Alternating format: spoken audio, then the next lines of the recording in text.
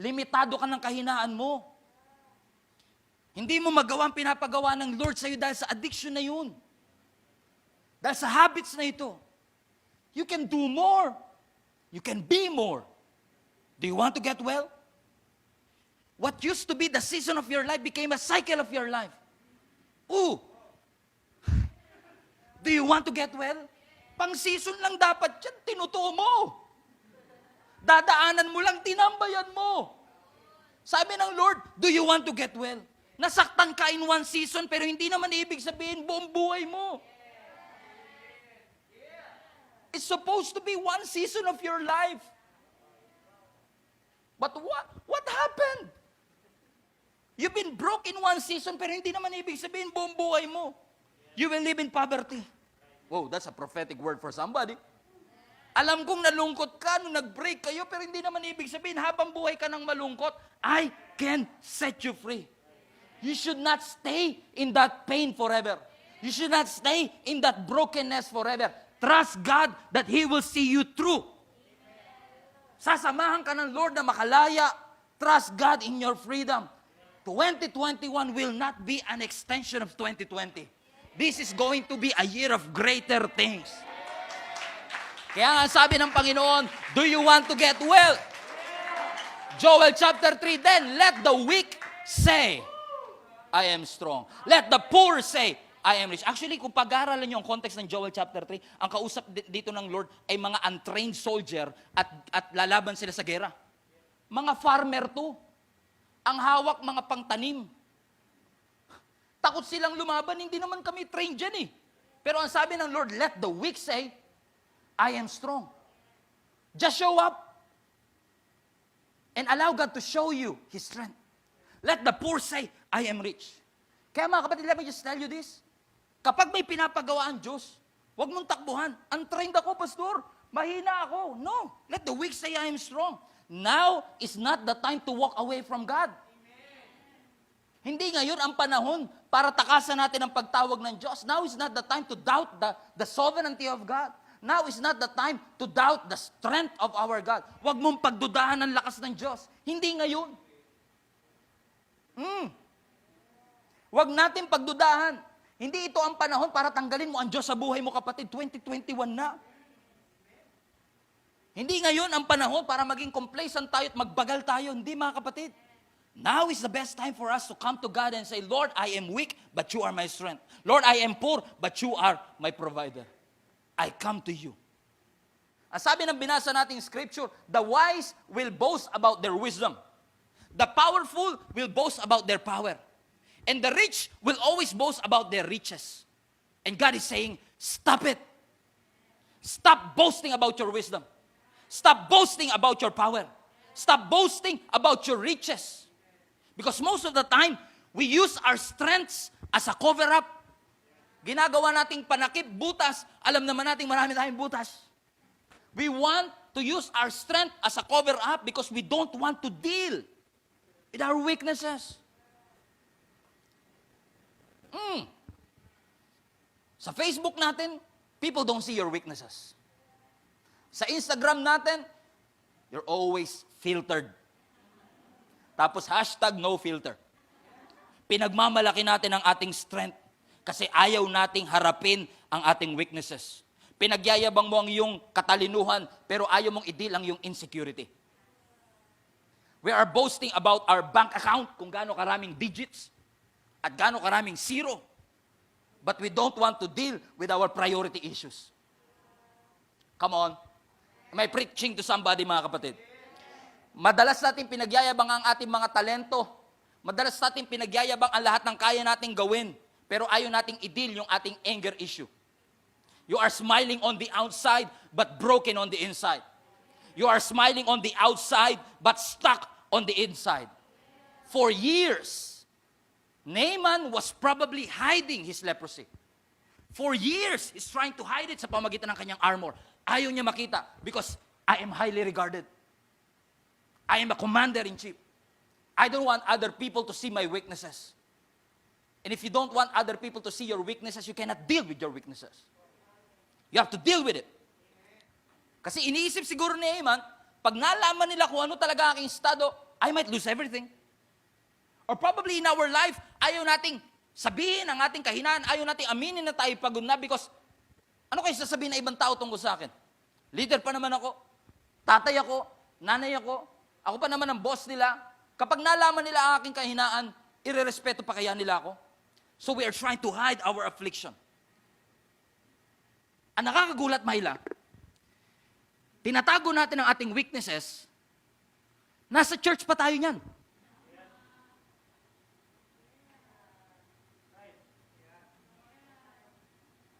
Think about it. The church should be a place where we can be honest and transparent and genuine. And yet sa church din, become a place kung saan natin itinatago ang ating brokenness. Pag dumarating sa church, hirap na hirap sa buhay. Pag tinanong mo, kamusta ka na? Well, I'm always better than ever. Actually, mas maganda ako ngayon kaysa kahapon. Ang saya-saya ko nga eh. Because we don't want other people to judge us and think, baka mawalan siya ng respeto sa akin. Paano yung dignidad ko sa kanya? We're trying to hide our weaknesses. Try to cover up our weakness. The church that is supposed to be a place where we can be honest and true is also the same place that we hide our weaknesses. We hide our affliction. We hide our feelings. Sabi na scripture, in the church, you should encourage one another. Sa church yun. In the church, you should help the weak. Sa church, dapat pasensyoso kayo sa isa't isa. You help each other grow. Why is it that in the church as well, we try to hide our feelings? Para napansin niyo ba mga kapatid na ang church nowadays, imbis na maging hospital for the weak, naging enchanted kingdom to showcase that we live in an awesome world.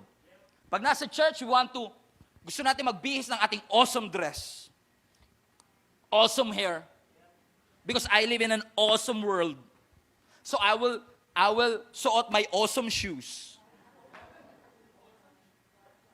Because I will deal with quote-unquote awesome people. I have to have an awesome mood. Bawal ako magalit pag nasa church.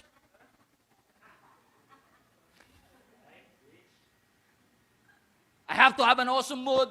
Kayo mag-asawa, magkaaway sa hallway, pagpasok sa church, nakita yung usher, hi, hello.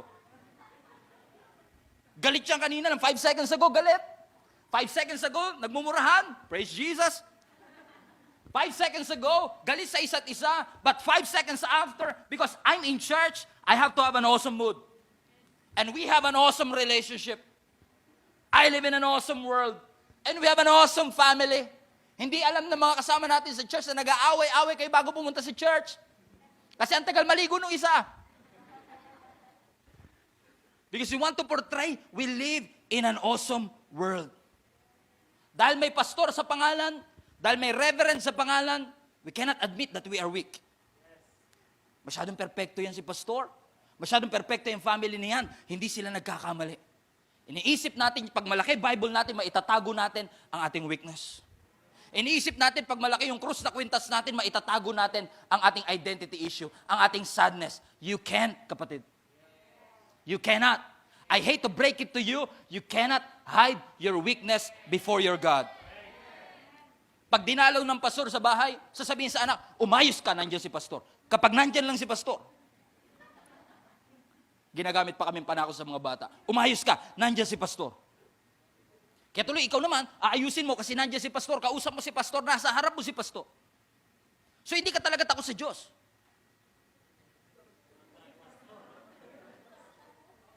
Takot ka mahusgahan ka ni pastor.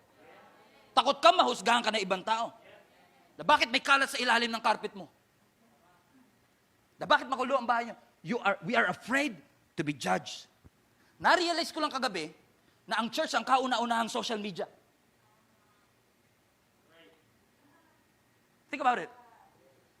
Kasi sa church, we want to put our best foot forward. Parang Instagram. Pag masarap ang ulam, nakapost. Pag hindi, syempre hindi rin. Right? Hindi naman masama mag-post sa mga ganyan. But sometimes we are deceived with that thought. Kailangan makita nila maganda buhay ko. Hindi nila alam, hindi naman ganun lagi ulam mo.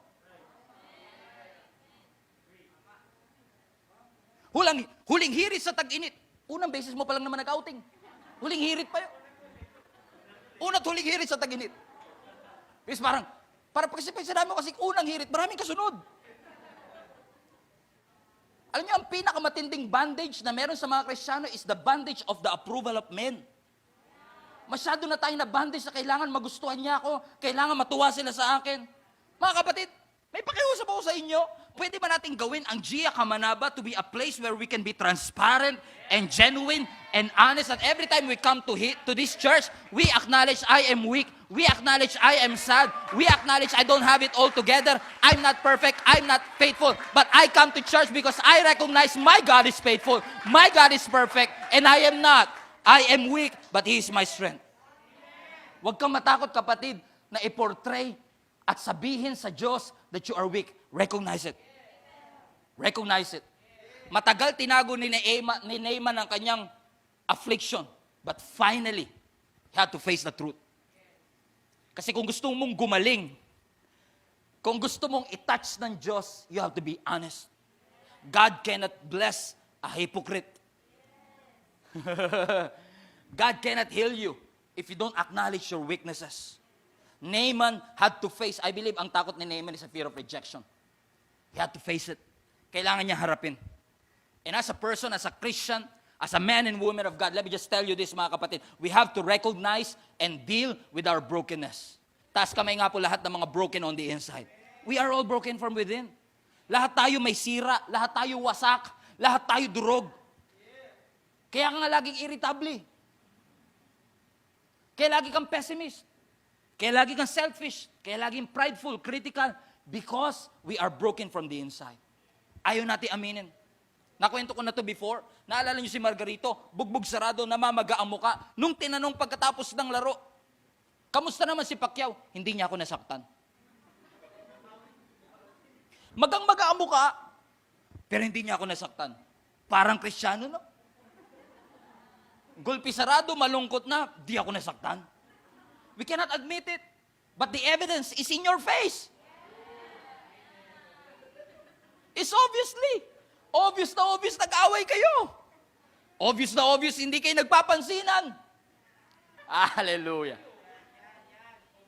We cannot hide it. It doesn't hurt. We are in denial of our real situation. Dinideny mo na nag-i-struggle ka sa alcohol. Dinideny mo na nag-i-struggle ka sa priority issues, na masyado kang busy at wala ka ng time sa pamilya mo at wala ka ng time sa Panginoon. Hindi mo maamin na meron kang problema with your finances. Hindi mo maamin na madaling uminit ang iyong ulo, that you have an anger issue, that you are bitter. Makakita ka lang nag-holding hands, galit ka na kagad. Di ka naman nila inaano. You cannot admit that you're struggling with unforgiveness. Let me just tell you this, recognize your weakness. Gaano ka man kahina sa iyong pananaw, your failure is not greater than your Savior. Your sin is not greater than your Savior. Your weaknesses are not greater than your Savior. Yung issue mo is not greater than your Savior. Come to Him. Jesus is the solution. Jesus is the way. Jesus is the truth. Jesus is the life. Through His grace, I can live a life worthy of the calling to which I have been called. Through His grace, I can overcome this addiction. Through His grace, I can overcome and change this pattern. Through His grace, I can change and I can end the curse that's running into my family. I believe with all my heart, with God on my side, I can be free. I have to recognize my weakness, recognize the cycle, but nevertheless recognize the source of my strength. Jesus, it's you and you alone. Hindi ako malakas dahil may contribution ako. Lord, thank you na sa kabila ng aking pagsadsad, kahinaan, when I hit the rock bottom, I realize the rock in the bottom, you are my rock, my portion, my defense.